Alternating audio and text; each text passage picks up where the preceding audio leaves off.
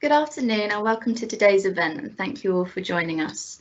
On behalf of the Sidney Haan Research Centre for Arts and Health, we are really excited to continue our new research webinar series entitled Health Through Arts, Connecting People and Communities. We welcome you today to our second live event of the series, the Galaxy Choir, exploring the impact of a choir for adults with a learning disability, promising findings and ways forward. This afternoon's session will be made up of 3 sections. During the first 20 minutes, Esther Coren, Reader in Evidence-Based Policy and Practice and Assistant Director of Research at the Sidney Haan Research Centre, along with Research Fellows Julia Moore and Jacqueline Tallent, will present findings from their paper. Following the presentation, Esther will lead a 20-minute discussion between herself, Julia and Jacqueline, and our guest expert, Daniel Marsden, Senior Lecturer in Learning Disabilities at Canterbury Christ Church University, who we are delighted is able to join us today. The final 20 minutes will take the form of a Q&A, during which the team will have the opportunity to answer some of your questions. Please submit any questions via the Q&A box while the event is in progress. We will endeavour to review and publish as many questions as possible in the Q&A box for all attendees to read, where a representative selection will then be put forward to Esther and the team. When submitting a question, please remember to always use polite and appropriate language in line with the university's digital code of conduct. If you require live captions for this event, please click the closed captioning subtitle CC button in the bottom right-hand corner of your screen. I'm delighted to now hand over to Professor Persephone Sextou, Director of the Sidney Haan Research Centre. Thank you. Good afternoon, everyone. I would like to warmly welcome you to another successful Sidney Haan Research Council's Centre's webinar event. In our centre, we coordinate our efforts with partners and stakeholders, nationally and internationally, to improve the health and well-being of individuals and communities. Today, distinguished colleagues, I have to admit, from our centre, are going to discuss the impact of choir for adults with learning disability, a very important topic. My colleague Esther Coren will start the presentation. All the best for a very insightful, I hope, and enjoyable presentation. On to you, Esther.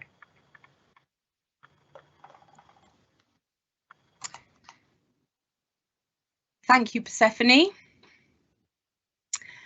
Thank you for that introduction, and I would like to add my warm welcome to everybody who is joining us today. Thank you for joining us to hear the presentation of this exciting project, and we are very excited to be sharing it with you today. Can we move into the next slide, please? So the focus, the people for whom the choir, this particular Galaxy Choir, was intended, people with a learning disability. There are large numbers of people with a learning disability in the UK who experience varied and complicated life challenges.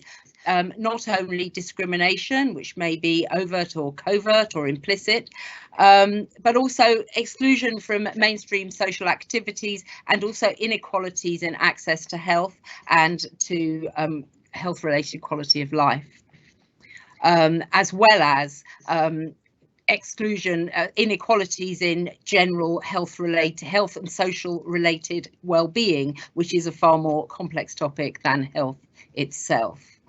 And now many of this group of people experience much increased life expectancy compared to historically, which is absolutely fantastic.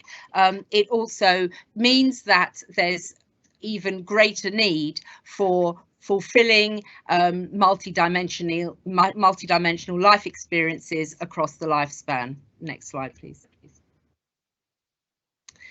So the rationale for setting up this choir was based on the known benefits of meaningful social and leisure activities for all of us, in fact, and the importance, the known benefits of art, including singing, for health and well-being.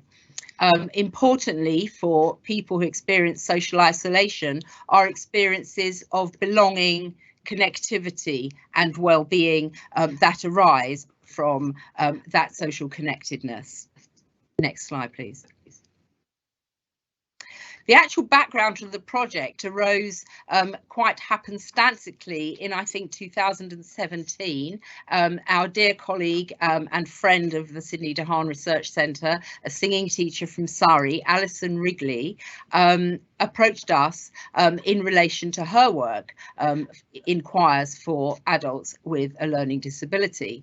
And in fact, Alison had been running her choir for adults with a learning disability for 10 years, and many of her participants had attended for all of those 10 years. So clearly that wasn't, that's not a research finding, but it's a real life finding of how beneficial those participants and their carers found this experience.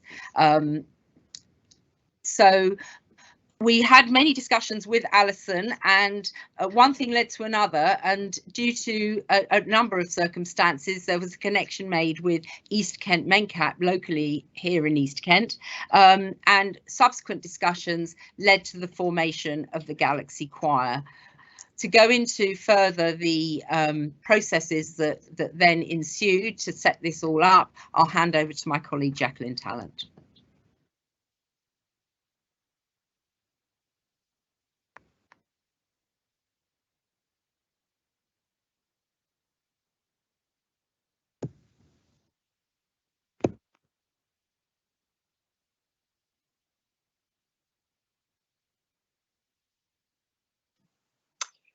Sorry, thanks, Esther.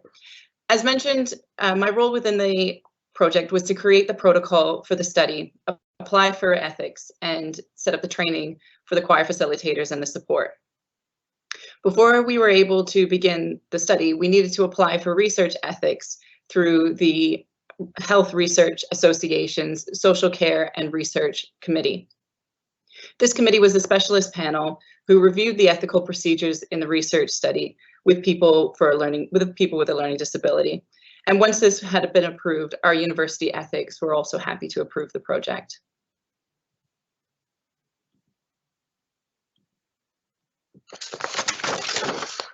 It's good practice when conducting research for people with a learning disability to use easy read language when developing study documents and promotional material. Easy read means that the language is appropriate and words and phrases are used appropriately with pictorial representations of the information. The study documents for the choir were developed with help from East Kent MENCAP, as well as Kathy Brunel, who at the time was our faculty lead for learning disabilities. In terms of the study, only people who wanted to participate in the study and had capacity to consent were invited. Esther and I visited East Kent MENCAP on several occasions where before the start of the choir to get the choir members familiar with us. We also delivered a PowerPoint presentation talking about the study and what their commitment would be. We handed out information sheets and the consent form so that they could take these away and talk to their family members or carers. This allowed them to develop questions and really have the time to discuss whether the decision to participate was right for them. After about a week, we returned to East Kent MENCAP to complete informed consent, and we tested the participants' knowledge about their commitment to the study to ensure that they understood what taking part meant. This is just an example of one of the easy read boxes from our consent form. So as you see on the right, the font is large, the wording is concise, and it lacks any jargon. On the left-hand side, there's a pictorial representation of what the wording is trying to suggest. At the bottom there, we used the emotional faces to describe whether or not this had happened. This participant was read the statement, asked the question, and then the response was recorded. As Esther mentioned, the development of the choir was based on the principles of the Surrey Choir by Alison Wrigley. The evaluation of the choir was led by the Sidney de Haan Research Centre, and East Kent MENCAP facilitated the choir. Before the choir began, we arranged a training day with Alison Wrigley for the choir facilitators, the volunteers, and the East Kent MENCAP support. The training aimed to teach about natural voice principles, working with people with a learning disability, how to support the sound during the choir sessions. The choir began in October 2018, and the evaluation was completed a year later in August. I'm going to now hand over to my colleague Julia, who's going to tell you more about the results of the study. Thank you, Jacqueline. So yeah, just to recap the choir itself, it ran for a year, meeting once a week for an hour. It was held at East Kent Mencap premises in Cliftonville, Margate. The centre holds regular events for people with learning disabilities, so the participants were already familiar with each other as a group and with the support workers. We invited people who already attended East Kent Mencap sessions to take part. Carers were also present, as were choir volunteers and support workers. Only those people who could give in consent were invited to take part in the evaluation as well, with ability to consent at being assessed by the support workers at the centre. Next slide, please. Who were the volunteers? Well, the volunteers were drawn from the local community and were people with a particular interest in learning disabilities and how having a learning disability can have negative social and cultural impacts. Like the student researchers, some had family connections with people with learning disabilities. The volunteers took part in the one-day training session we've mentioned earlier. Their role was to support the choir and the sound of the choir, sitting with participants and joining in activities, and encouraging the choir members to take part and get the most of the experience. In fact, in a focus group later, the volunteers reported how positive an impact the choir had had on the people taking part. They mentioned how much the choir members enjoyed it, how the choir was an inclusive activity and everybody felt part of something, that everybody took part as an equal, and how individual choir members developed through being part of the choir. But the volunteers' role wasn't just about what they gave to the choir. They also said they got a lot back as well.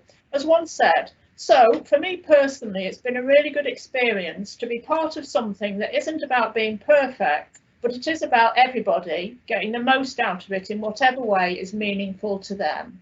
Next slide, please. Okay, just to look briefly at the training for data collection, we organised a half-day training session for the student interviewers. The interviewers all came from the MA Social Work course at Canterbury Christ Church University.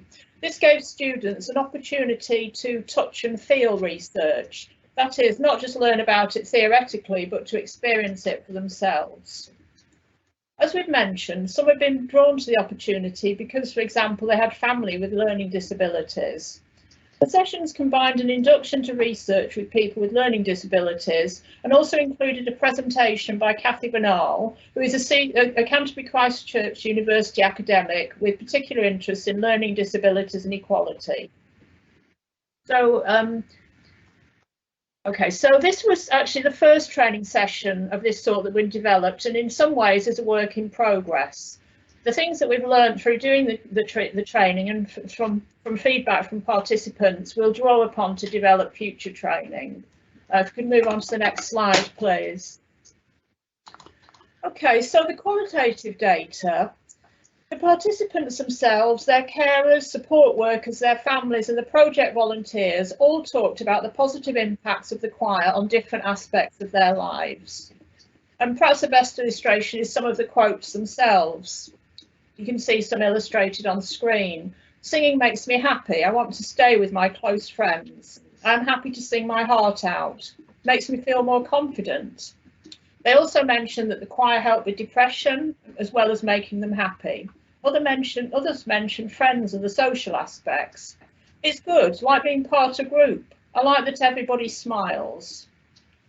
Carers, volunteers and others in a separate focus group also reported positive changes in participants. One carer said she liked that she is part of a group, you know, she feels included. You know, she's never been in a choir before as far as I know, and she feels good about herself. Another commented, it's a great leveller actually. You know, people, whether they're members of the choir or volunteers or support workers, they're all there to sing and we're all there to sing together.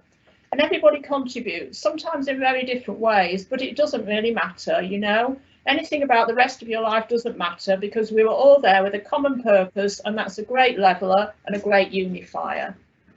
So if we could just move on to the next slide, please. So the quantitative results, where we used 2 established rating scales to assess well-being, were a bit less clear. Both scales have been validated for use with people with learning disabilities. One scale was an adaptation of a well-established scale, the Rosenberg Self-Esteem Scale. The other, the PWI-ID, was one that had been specifically developed for this group of people to measure subjective well-being. Our original idea was that we could test the positive impact of the choir by seeing whether the scores on these 2 measures changed significantly over the year the choir ran for. However, as we mentioned, we found no significant change between the first and last time points. There's different possible reasons for this.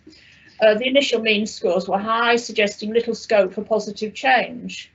Additionally, although the choir was popular, we didn't have enough people for our results to be statistically significant, especially given that membership of the choir changed over time. However, there did seem to be other factors at play. For example, our interviewers felt that sometimes people didn't fully understand what we were asking them, and they also reported that sometimes respondents seemed to be saying what they thought the interviewer wanted to hear. For whatever reason, and in summary, although the qualitative evidence showed the positive impact of the choir, we couldn't find any evidence of improvement in terms of the quantitative data across the year for participants' mental health and well-being. I'm now going to move on to a short video that illustrates the choir.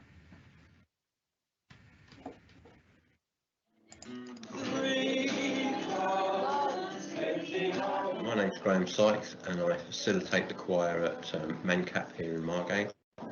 I work through natural voice principles and we believe that everybody has a voice and everybody has a right to be heard and everybody can actually learn to sing.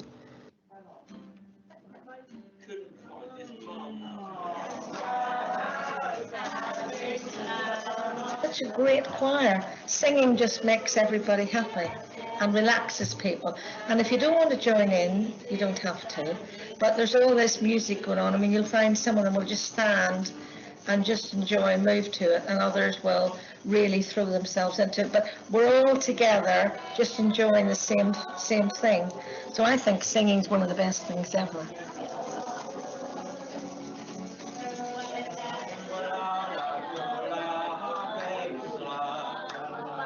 Like a lot of the time, distraction is working.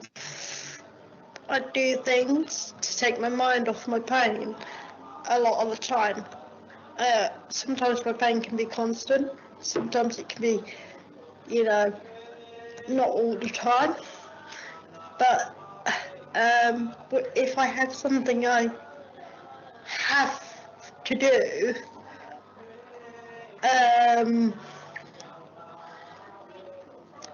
I'm not thinking about pain and it just goes away.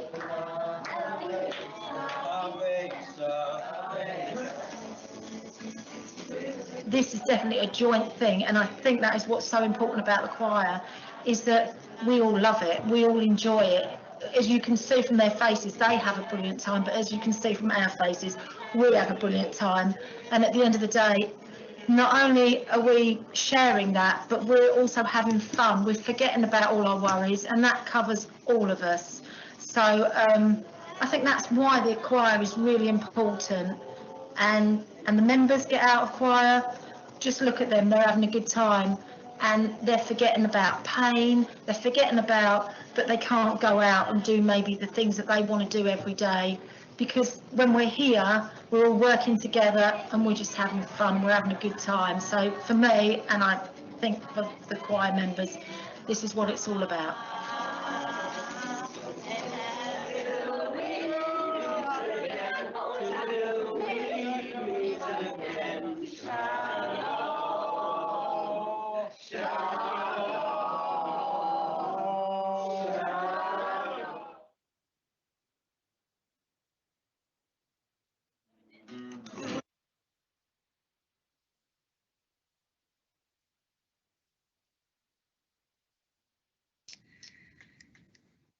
It's unfortunate that the sound broke up a little bit on that on that video, because it really is very joyful, and it's fantastic to watch the group really enjoying it.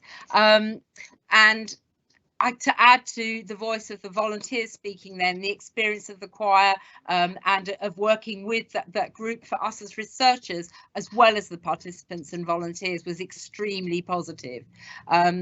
We've learned obviously a great deal from this experience, and some of which we'll be discussing in a short while. And we look forward to developing further work with people with learning disabilities in future, in partnership with service users, service providers and other stakeholders.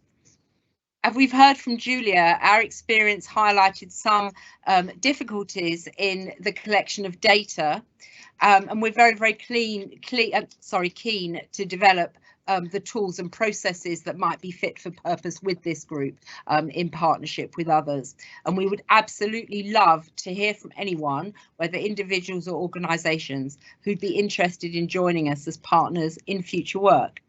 Next slide, please. So if you want to, you can check out the paper that we published on this, the results of this study. It's in the Journal of Music, Health and Wellbeing. You can find it, I believe, on the journal's website, and also in the Canterbury Christ Church repository of where there's a PDF available there. And there's a book chapter in an edited volume on musicology that will be coming out later this year. I think the latest date I was given was May, so that will be available as well, and it's great for this work to be included in that volume. And if you want to contact us, our contact details are on the next slide. Thank you very much for joining us today. It's been a lot of fun, and we now are going to be moving on to the discussion phase of this event this afternoon.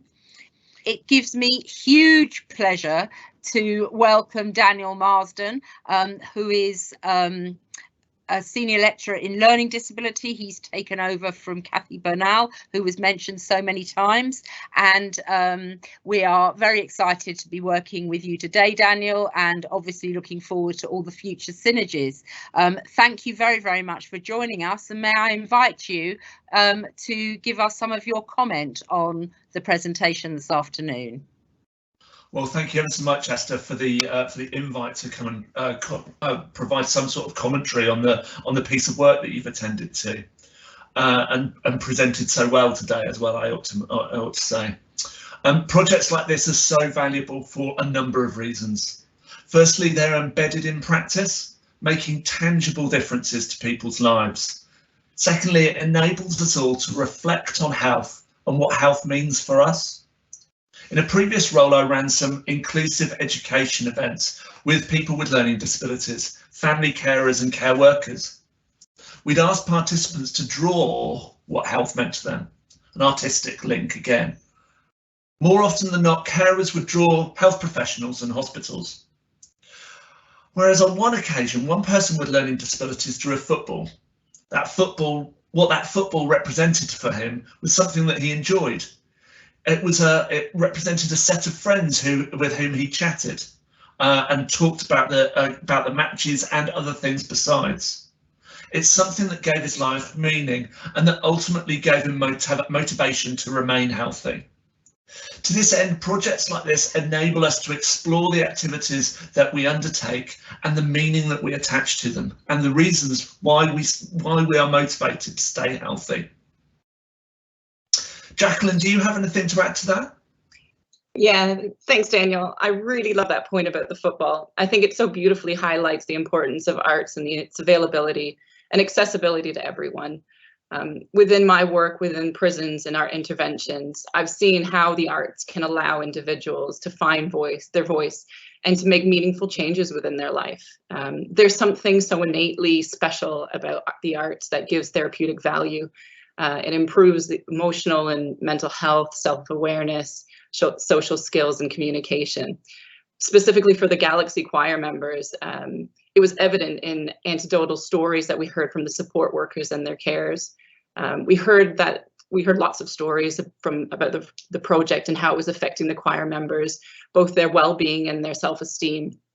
As we heard in the video, one choir member suffered with pain, and she felt that when she sang, she didn't feel that pain anymore.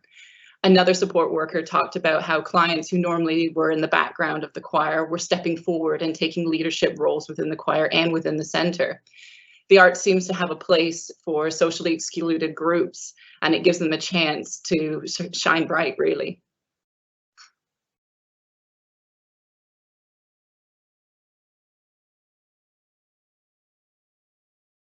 Thank you, Jacqueline. Apologies there, I was muted. I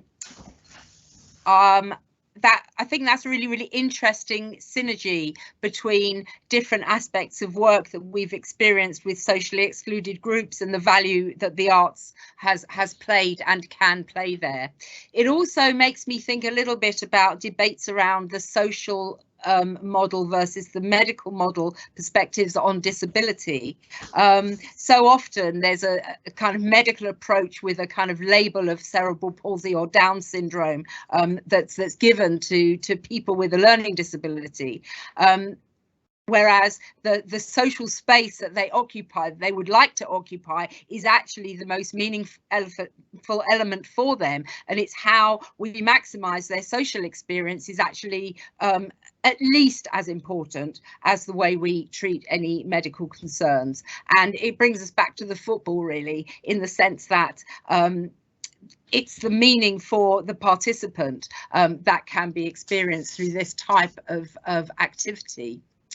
And I think it also brings me on to thinking about rights-based approaches as well, and particularly given the huge inequalities that groups, that people with a learning disability experience, and how more inclusive practice really has to start from a rights-based point of view. What do you think about that, Daniel?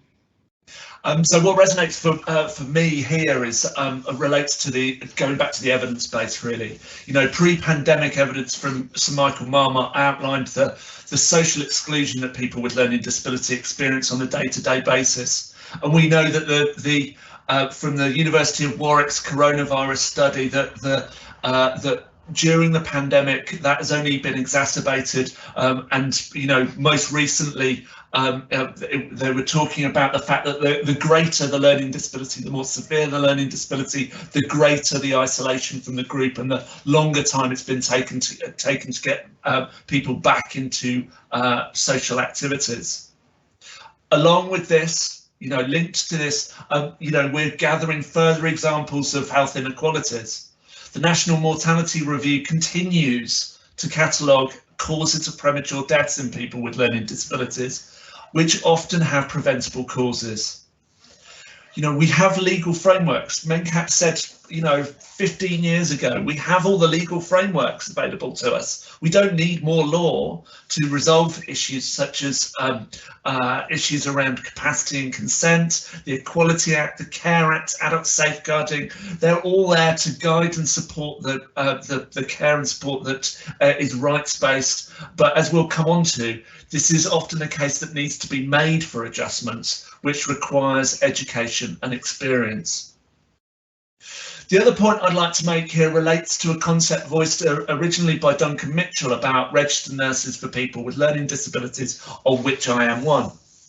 And that is of this idea about parallel stigma. This idea follows that learning disability nurses experience similar exclusion and isolation as the people that they care for and support.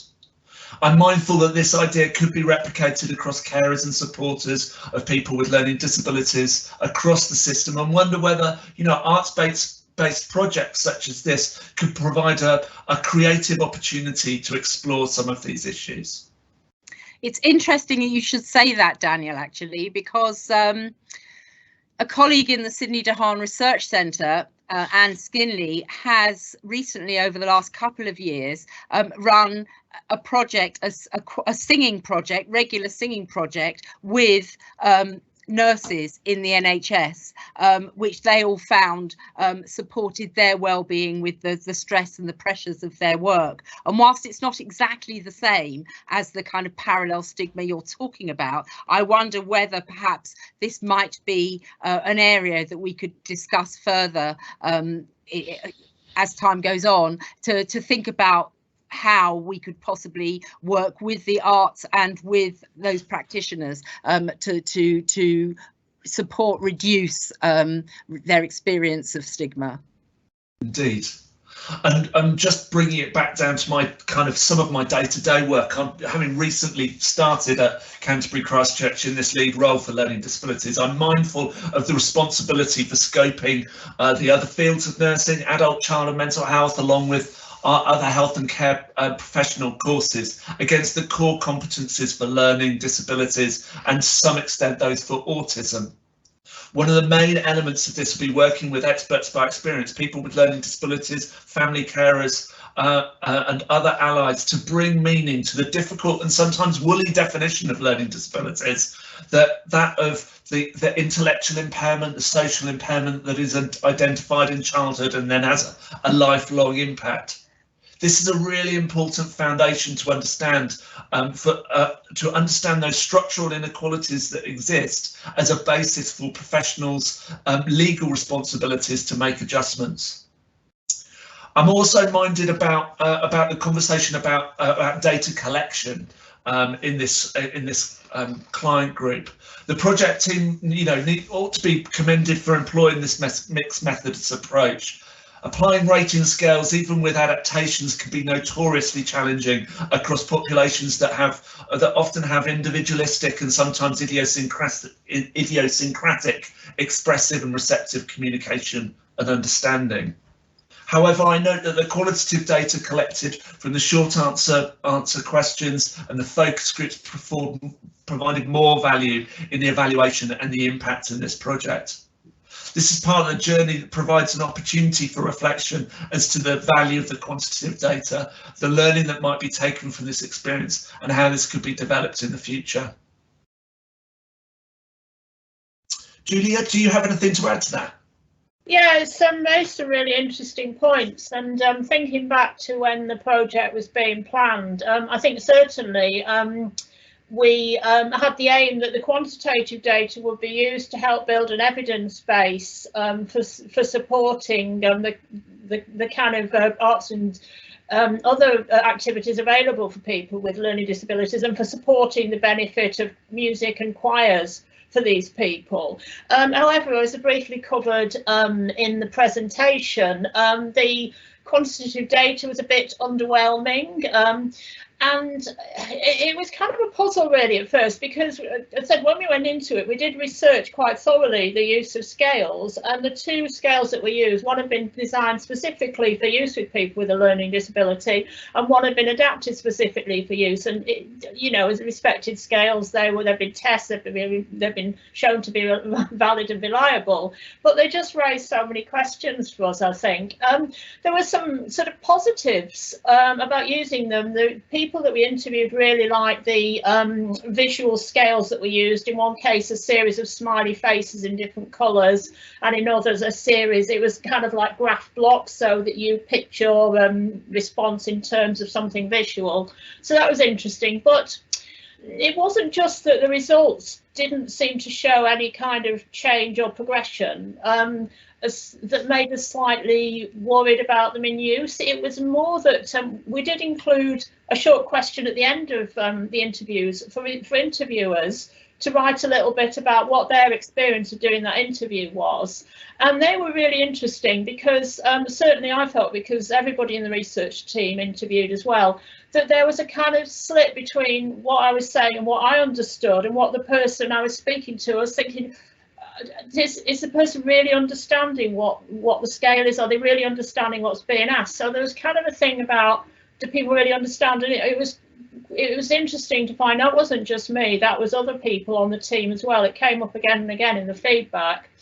And there was also this thing about, were people saying what they felt they wanted us to say, so I'm not explaining that very well. Was there an extent to which what people were saying was dictated by what they perceived us to want them to say? Was there a bit of acquiescence going on?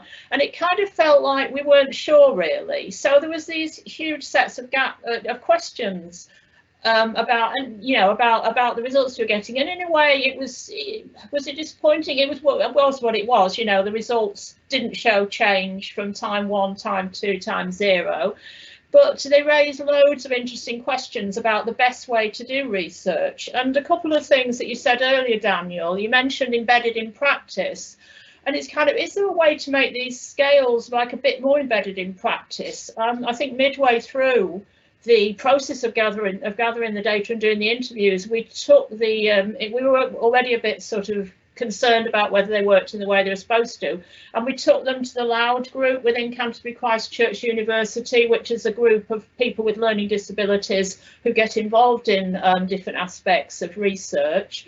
And so we asked those about them, but going forward, maybe there's a way to kind of develop tools that are developed in conjunction with the people who they're investigating. So there's that set of questions. And I think the point that you made about meaningfulness also as well, very interesting. What is it for something to be meaningful to someone's lives? So yeah, I mean, I hope that kind of in some way answers your question. I think the rating scales in summary raised as many questions as they answered, but I think thinking about them and moving on perhaps through the arts-based tools and those sort of methodologies that have been mentioned is very exciting. Very much so. And yeah, just to follow on really, I've not met the LOUD group yet, and as I understand it, LOUD is an acronym. So it stands for Learning, Observing, Understanding Disability, and was originally a Health Education England funded intellectual disability workforce project that Kathy's been running for the last few years now. I'm not entirely sure how many, but yeah, indeed it has been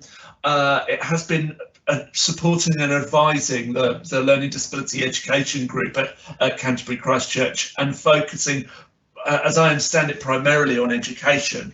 I think one of the hopes is from one of the pieces of work that we're going to be taking to them is for us to be thinking with them a bit more specifically about research.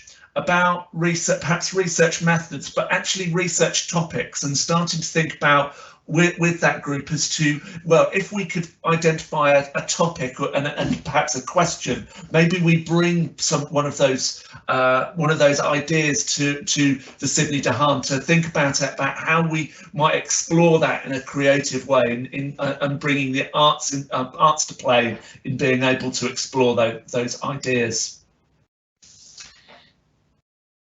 Esther. Yeah, thanks, Daniel. I was just unmuting myself, ready to respond. Some lovely ideas there, and definitely agree. There's lots of scope for potential collaborative work in the future. I think this issue about how we capture meaning and experience from people with a learning disability, people with complex communication styles, I think is really, really important. And I don't think we've got to the bottom of fully the potential of how we can work collectively with the LOUD group to inform that going forward. I really think that the discussion has thrown up a lot of potential for future work, and for understanding some of the unanswered questions that Julia mentioned in more depth and detail. Daniel, I'd like to thank you so much for joining us today. I think your experience both in practice and in academia in this sector has added a huge amount of colour and texture to our presentation, and we look forward to working with you a lot more in the future. I think that there's a lot of potential synergies, and that there's a lot we can do together. And thank you also to Jacqueline and Julia for your insightful and wise comments. It's really, I think the discussion part of this presentation has really brought some of the areas that we wanted to bring out to life, and with real texture and real life meaning. Thank you all very, very much. I understand that now the next phase of this this session today is that our colleagues in the production team will be putting forward questions from the Q&A box that have been coming in from our participants in this webinar, and we're looking forward to hearing what those questions are and moving forward with that. Thank you.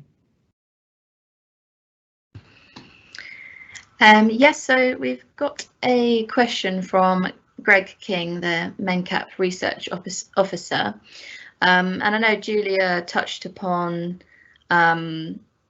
sort of the quantitative aspects and the questions that arose from that, and he's asked, have you considered using qualitative approaches to collect the pre and post data to evidence change because of this lack of quantitative evidence, and if you did, how might that look?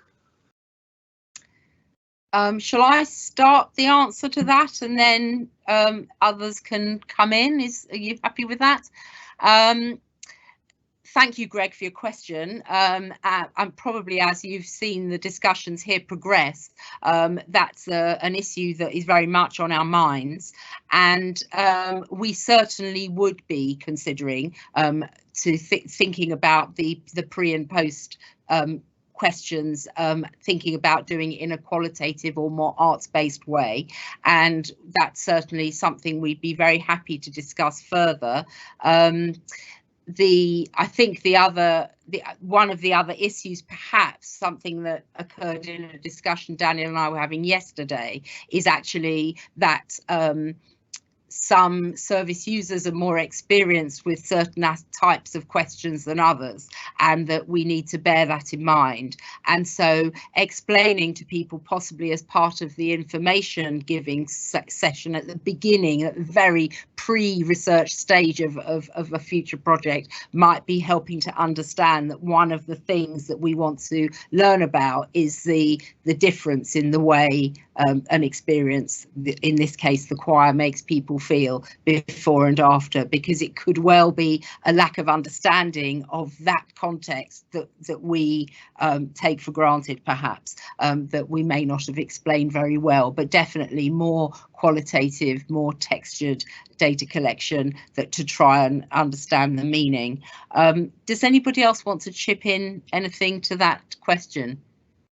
Julia, I can see you reaching for yeah, just unmute yourself. Yeah, I mean, I think it's interesting, and I think there's a really strong argument for investigating qualitative tools. I think equally there's something about quantitative results that I wouldn't quite want to lose hold of, because I think there's a value to it. And you know, without getting a discussion about what counts as evidence and whether any kind of evidence are, inverted commas, better or worse than others, I think there's a way in which quantitative data, because it's about larger numbers, can be used for different types of analyses and can feed in a different way into debates about the best way forward on a wider scale. So I'd kind of hope for a future in which, yes, qualitative tools are going to be embraced, but also in which we look at the way quantitative data is collected and maybe try and make it just a bit more embedded, to use Daniel's term, and a bit more user friendly.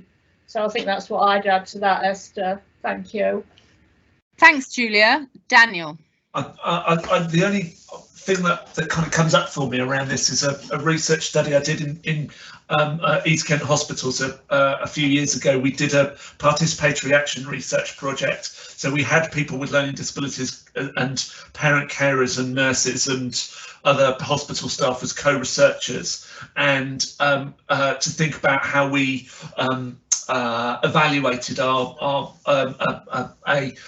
tool for supporting person-centred care, and we collected data for as a team. We went out and collected data from our particular communities, and that seemed to, you know, we seemed to be able to collect data. We used a qualitative method, and we used fourth generation evaluation. So we used a claims, concerns and issues idea to be able to gather information. So the claims were things that people thought were really good about something. The concerns were obviously something negative that people thought about something. And then the issues were a question.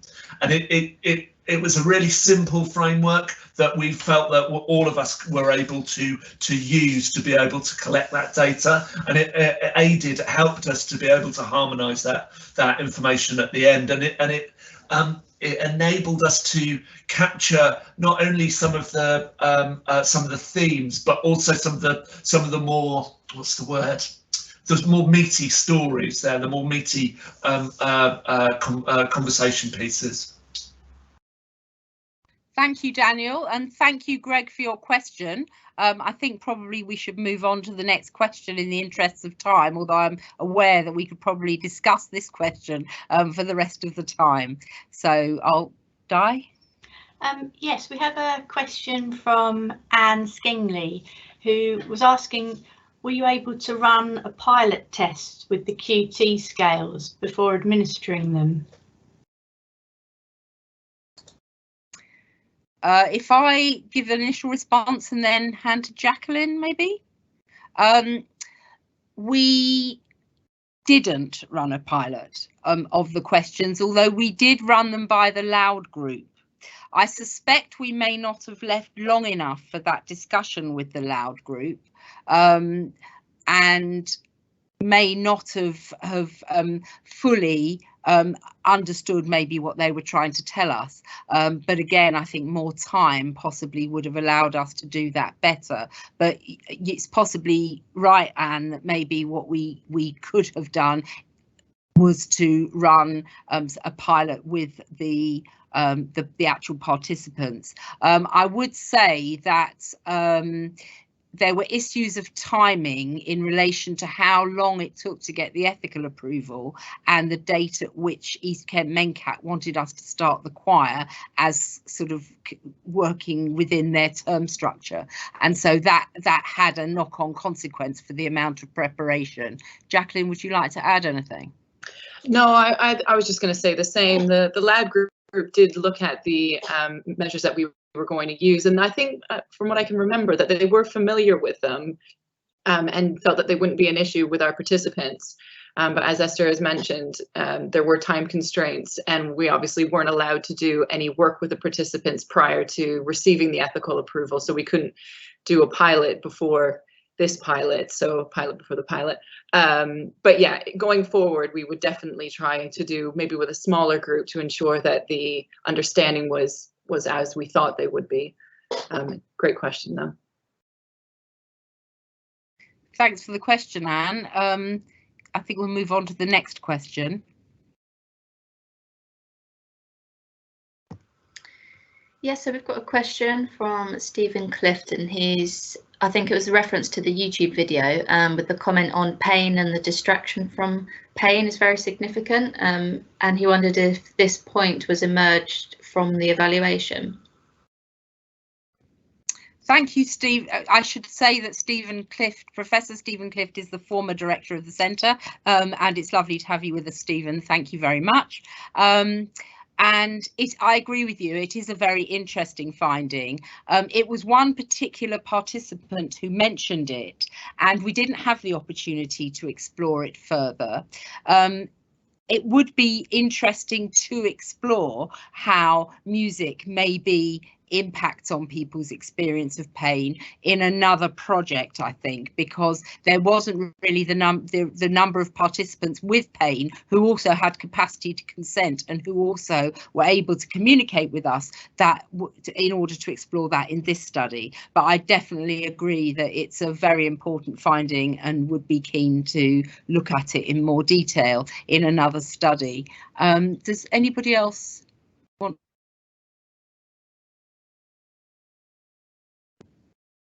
I should add, Stephen, that I'd be very happy to have a chat with you about that as well, in terms of your thoughts there at a later date. Thanks ever so much for coming, and thank you for your question. Yes, so we have another question. This is from Janet Fisher, who's at Live Music Now. She says, we're hearing a lot of similarities and correlations between working with adults with learning difficulties and people living with dementia. Given that the Sidney de Haan Centre has previously worked on research in broader music interventions for people living with dementia, and on the back of this research, is there interest in pulling together similar approaches and research across sector and where common frameworks might be developed? Thank you, Janet. It's lovely to have you with us, and thanks for your question. It's a very interesting question, and I think that I don't know the numbers. Daniel may know better than me, but I'm very aware that the point I made at the very beginning of the presentation about increased life expectancy of people with learning disabilities is starting to show up a correlation between with a risk of dementia. And it has occurred to me in the past that perhaps establishing singing groups widely for people with a learning disability might neatly segue into future work that might support them if and when dementia ever becomes an issue for them. But we haven't formally explored it, but I think it's an interesting discussion to start having. So thank you very much for the question, because I think it's a very, very interesting point. Daniel, would you like to say anything? Yeah, interesting. I think that there is an opportunity here to be thinking about this. I'm mindful. I'm mindful that I don't have all of the data to hand. You know, in relation to the population size, what we know is that according to the British Psychological Society, a learning disability is supposedly 2% of the population. We know about 0.5% of the population. We have through health services we've registered about 0.5% of that population. So within that, we are talking about relatively small numbers of people. We do have this increase slowly. It has over the past century. We have quite a fast increase of life expectancy, but that seems to, certainly over the last 10 years, since the confidential inquiry into premature deaths of people with learning disabilities, that seems to have levelled out. It seems to be rather stuck around the fact that people with learning disabilities women tend to die 20 years younger than women from the general population. Men tend to die 15 years younger than men from the general population, and there's a whole host of stuff that goes on around that. So from those kind of statistics, yes, there is probably an increase in people who are experiencing or will experience dementia, and we do have some learning disability services and mental health services do provide some screening services for that population. Yes. So there could be ways into thinking about working with those to think about what the potential benefits might be of singing as a part of not only as a social activity, not just as a creative activity, but also whether it has an impact on reminiscence and health and memory. As I understand it, the way that we embed memories in relation to tunes and to singing is one of those almost primary memory things that link into those emotional embedding of memories as well. So I think it's very much it's very worthwhile thinking about that and talking with people perhaps in practice in care and health services to think about how we might develop that idea. Thanks, Daniel. Thanks very much for your contribution to that, and thanks for the question, Janet. Do we have another question?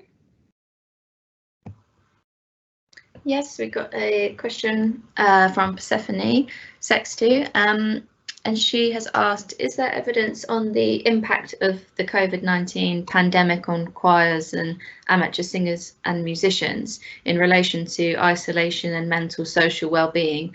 And have you considered taking this forward? I believe there is evidence. The Sidney de Haan Centre did actually conduct a study of singing groups during the pandemic, and I know that many groups benefited from moving online, whereas other people found that that was not a synergy that worked for them, because there's a very different thing to be singing virtually with a screen full of people to singing in practice in a room full of people, and there's definitely been varied responses to that. And in relation to learning disability, I know that the Galaxy Choir moved online during COVID, and that has not been evaluated, but certainly was well attended. I know that from our colleagues in East Kent Mencap, I know, and others, that the social isolation brought about by COVID very much hit this population, and that any activity, including online activity, was probably a bit of a lifeline. We haven't captured any data so far in relation to that, but we would be more than happy to do so if time and resource permits. I'll mute myself now. Does anybody else want to respond to Persephone's question? The only additional thing I think to add to what you just said is that I have been in contact with people from East Kent Mencap and one or two other services that come in and provide co-teachers and experts by experience as for teaching sessions, and I'm really mindful that overwhelmingly that there's a real enthusiasm to get back into the classroom and to meet some of our students. So I'm really looking forward to meeting them very soon.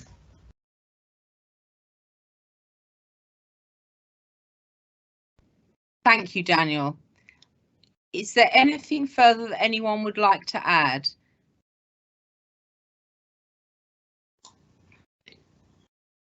Do you have time for another question or observation? I think we've got a couple of minutes. Yes, thank you. So this is more of an observation from Tamar, who says it would also be very beneficial to explore singing and pain and profound learning disabilities. As Daniel said, people with more severe disabilities are more likely to experience isolation, difficult ethical issues and measuring issues involved in that. But of course, this needn't stop us from researching this.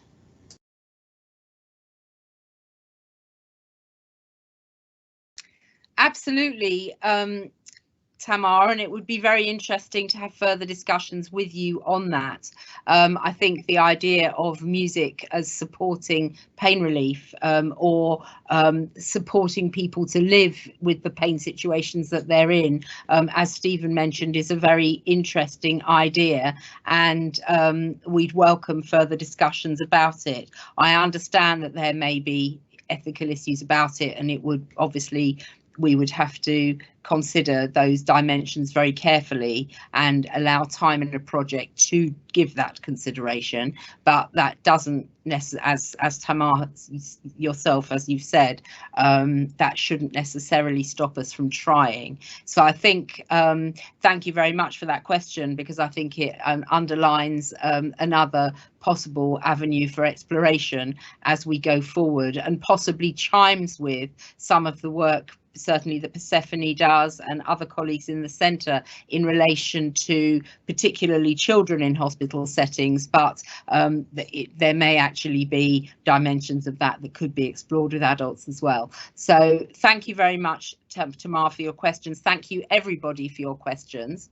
I think we can now Are there any more urgent questions, or are we now ready to sum up?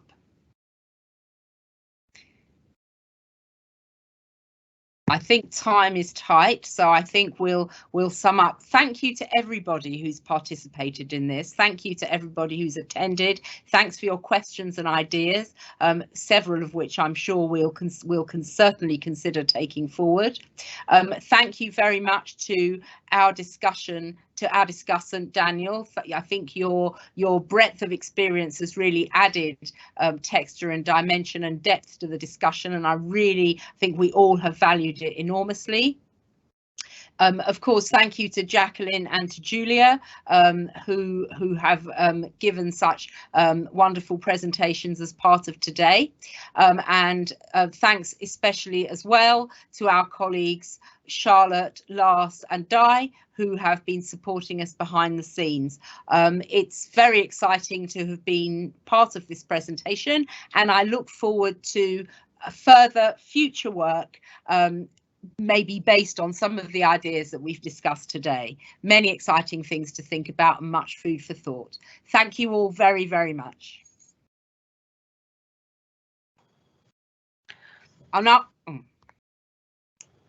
May I also thank everyone for your contribution, especially those of you who attended. Thank you, colleagues. It's been a wonderful discussion and definitely some fantastic ideas, food for thought for everyone.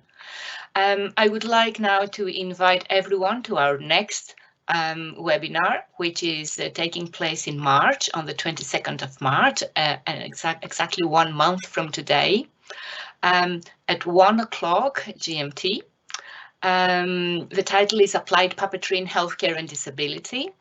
Again, a fascinating title and wonderful speakers.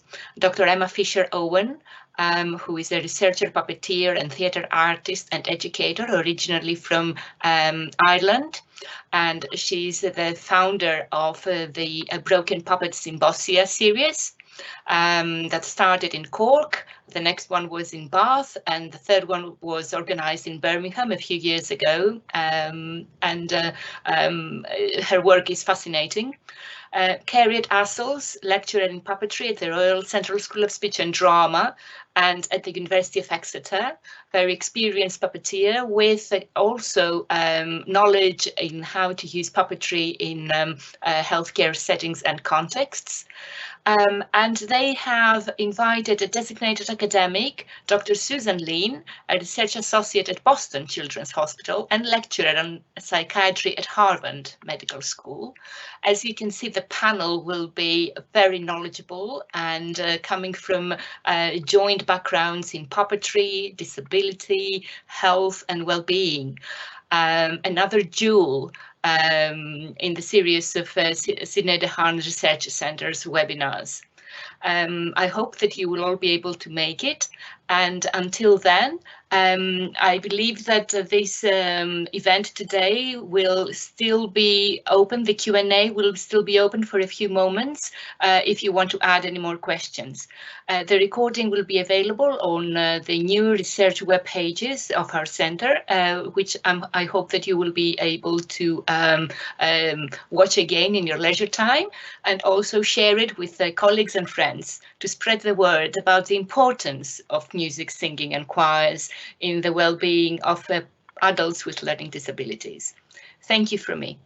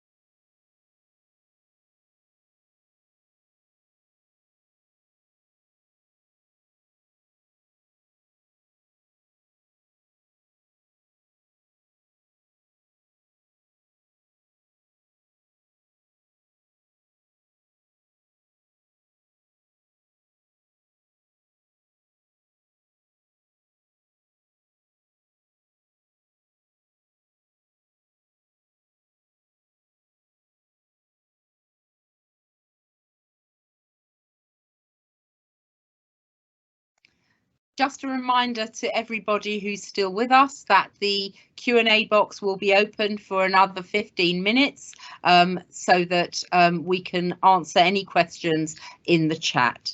I hope that's helpful. Thanks again for your participation today. All the best.